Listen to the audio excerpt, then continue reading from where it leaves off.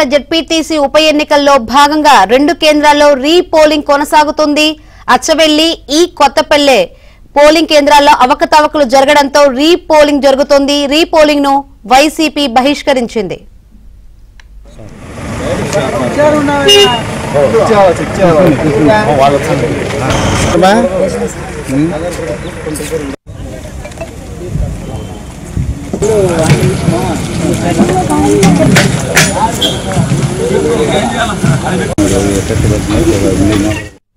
Pulivendula ZPTC ఉప ఎన్నికల్లో భాగంగా 2 కేంద్రాల్లో రీపోలింగ్ కొనసాగుతుంది.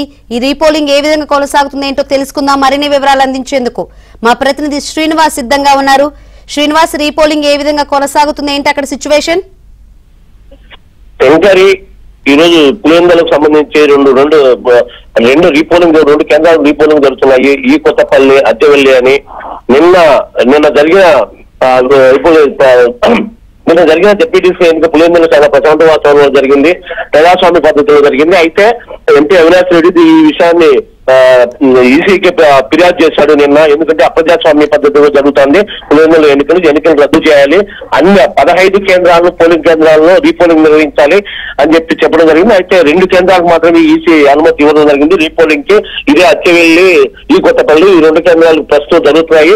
ఇది కూడా ఈ రోజు ఎందుకంటే ఈ రీపోలింగ్ కూడా వైసీపీ బహిష్కరించింది. అంటే వైసీపీ చెందిన ఏజెంట్లు కానీ వైసీపీ చెందిన ఎవరు రావలేదు. 1 సైడ్ పోలింగ్ జస్ట్ టీడీపీ మాత్రమే ఈ రోజు. సో ఈ రీపోలింగ్ ఇప్పటికైతే ప్రశాంతంగా జరుగుతుంది. అయితే ఈ పోలింగ్ సంబంధించి ఇప్పటి వరకు ఈ రీపోలింగ్ కాబట్టి 2 కేంద్రాల మధ్యాహ్నం దాదాపు 30% దాటింది. ఇప్పటికే 1 గంట దాటి 30% దాటింది.